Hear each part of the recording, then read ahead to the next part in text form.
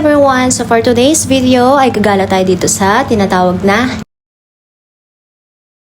yes, kayo na bahala magbasa doon. So habang nakaupo nga kami dito sa may likod ng IFC, sa may tambayan namin kapag wala kaming ginagawa, so napansin nga namin tong building na to. So parang sabi namin, parang ito yung building na gusto nating puntahan. Char. And then, so eto nga, papunta tayo doon. So, from Kowloon, dito sa may green line, pero pupunta tayo sa may orange line. And then, from Hong Kong to Kowloon lang siya. So, ayan. And pagkarating nga po natin dito sa may Kowloon, ayan, akit lang po tayo ng escalator. And then, pagkaakyat po natin dito is, mag-exit po tayo sa letter C. Ayan. Eto, sundan nyo na lang po yan.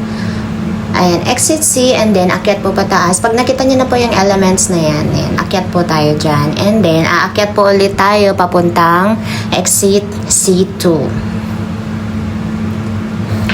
At pagkarating nga po sa taas, eto na po at makikita na po natin yung exit C2. And then, pagkalabas po natin dyan, turn left lang po siya. And then, lakad lang po ng konti at makikita nyo na po ang 3, 2, 1, go!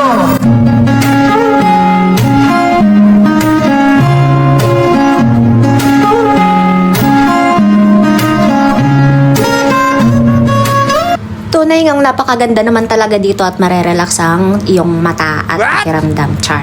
And then, so pagdating namin dito is nagpicture-picture nga kami, of course. Di kayo na. Sana all kasama jowa. Diba? So pagkarating nga namin dito sa bandang to ay umakyat nga kami sa taas at ito ang bumungad sa amin. Oh my God! So pretty! Diba? Ka-OA. Tuwan-tuwa na naman yan siya. So, pag akyat nyo nga dito, ay ito nga bubungad sa inyo. Sobrang relaxing. As in, so parang ayaw mo na lang umuwi, ganun. So, dito nga rin nabuo yung ang alamat ng tudok. Wala, kami lang nakakaalam nun. So, see you on my next vlog. Salamat!